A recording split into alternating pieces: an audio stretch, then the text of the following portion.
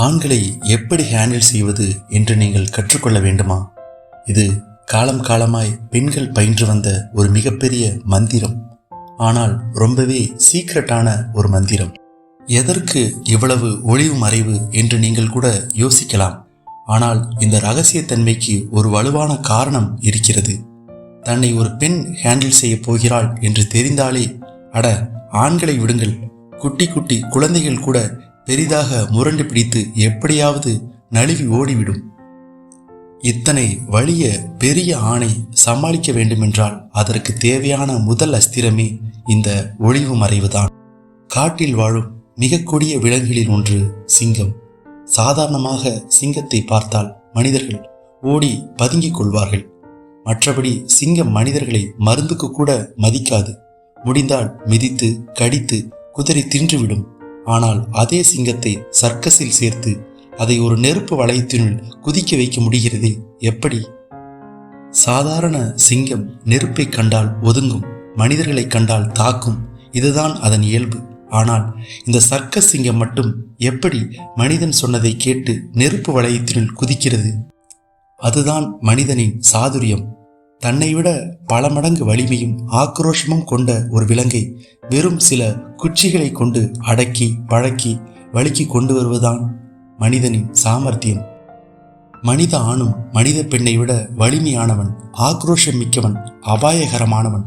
ஆனால் அந்த சர்க்கஸ்காரி உபயோகிக்கும் அதே சாதுரியத்தை சாதாரண பெண்களும் பயன்படுத்தி பழகி கொண்டால் மனித ஆணும் சிங்கத்தைப் போலவே சாந்தமாய் மாறிப்போவான்.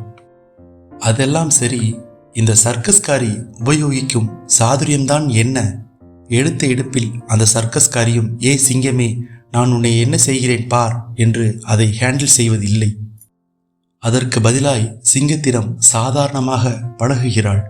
அதன் பராமரிப்பில் கவனம் செலுத்துகிறாள். வேளா வேளைக்கு தன் கையாலேயே உணவு பரிமாறுகிறாள். சிங்கத்தின் பக்கத்திலேயே இருந்து பரிச்சயத்தை ஏற்படுத்திக் கொள்கிறாள்.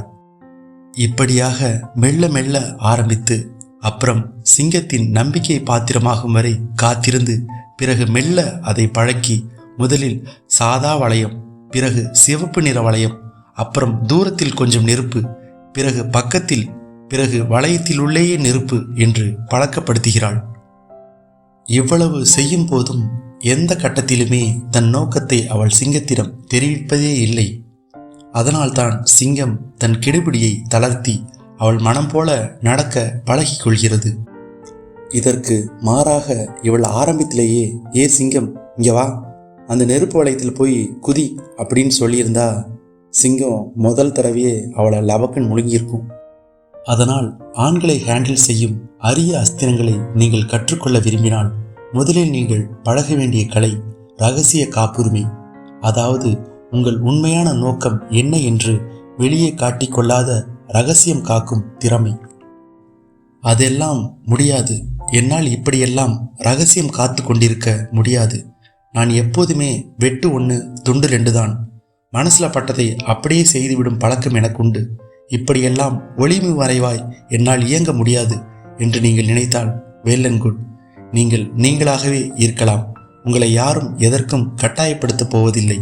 ஆனால் ஆண்களை எப்படி ஹேண்டில் செய்வது என்ற இந்த கலையை கற்றுக்கொள்ளும் அடிப்படை தகுதி உங்களுக்கு இல்லை. அதனால் நீங்கள் இந்த ஆட்டத்திலிருந்து விலகிவிடுவதே நல்லது. இல்லை, இந்த கலையை நான் கற்றுக்கொள்ளத்தான் விரும்புகிறேன், ஆனால் உள்நோக்கம் மறைத்து பழக்கமில்லை, எப்படி செய்வது என்று தெரியாது என்று தயங்குகிறீர்கள் என்றால் டோன்ட் வரி, இது ரொம்ப சுலபம்தான். உதாரணத்திற்கு ஒரு குழந்தை இருக்கிறது என்று வைத்துக் கொள்ளுங்களேன். அந்த குழந்தை ஜுரம் அடிக்கிறது என்று சொன்னால் அதை எப்படி செய்வீர்கள்? இந்தா புடி, மருந்த குடி என்று நேரடியாகவா செய்வோம்? அப்படி சொன்னால்தான் அந்த குழந்தை மருந்தை குடித்து விடுமா? தன்னைத்தானே பராமரித்துக் கொள்ளக்கூடிய ஒரு பெரிய குழந்தை என்றால் உண்மையை சொல்லி மருந்தை குடிக்க வைக்கலாம். மிகவும் சின்ன குழந்தை என்றால் எதுவுமே பேசாமல் குழந்தையை மடியில் போட்டு எந்த முன்னறிவிப்பும் இல்லாமல் ஏற்கனவே எடுத்து வைத்திருந்த சங்கு நிறைய மருந்தை டவக்கென்ற குழந்தையின் வாயிலில் ஒரேடியாக ஊற்றி உடனே பாலை கொடுத்து குழந்தையை சமாதானப்படுத்துவோம் அல்லவா? இதுதான் சாமர்த்தியமான ஒரு தாயின் வேலை. இப்படி அந்த தாய் குழந்தைக்கு தன் நோக்கத்தை தெரிவிக்காமல் மடார் என்று காரியத்தை செய்து முடிப்பதுதான் அந்த குழந்தைக்கு நன்மை. அதுபோலத்தான் இந்த யுக்தியும் நம்பர் 1. விளக்கி விவாதித்து முன்னறிவிப்பு கொடுத்து எல்லாம் ஆண்களை நீங்கள் ஹேண்டில் பண்ண முடியாது. நீங்கள் பாட்டிற்கும் இயல்பாக ஆண்களை அணுகுங்கள். உங்கள் உள்நோக்கம் வெளியே தெரியாதபடி எப்படியும் ஆண்கள் இவள் வெறும் ஒரு பெண்தானே, இவளுக்கு எப்படி என்ன பெரிதாக தெரிந்துவிடப் போகிறது என்று அசால்ட்டாகத்தான் இருப்பார்கள்.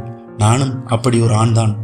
இந்த அஜாக்கிரதையை சாதகமாக பயன்படுத்தி கொண்டால்தான் பெண்களுக்கு அட்வான்டேஜ் என்பதால் ஆண்களை ஹேண்டில் செய்யும் இந்த கலையின் முதல் பாடம் அடக்கி வாசியுங்கள்.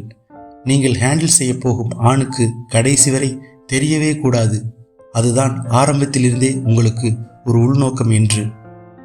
எங்கே இந்த முதல் பாடத்தை வெற்றிகரமாய் கடைபிடித்து ஏதாவது சில ரகசியங்களை பத்திரமாய் காப்பாற்றி காட்டுங்கள் பார்ப்போம். அப்படி நீங்கள் செய்தீர்களானால் நீங்கள் இந்த முதல் டெஸ்டில் பாஸ் என்று அர்த்தம். இனி வரும் அடுத்தடுத்த அஸ்திரங்களை கற்றுக்கொள்ள தகுதியானவர் என்றும் அர்த்தம். பார்த்து விடலாமா? மீண்டும் சந்திப்போம் அடுத்த எபிசோடில்.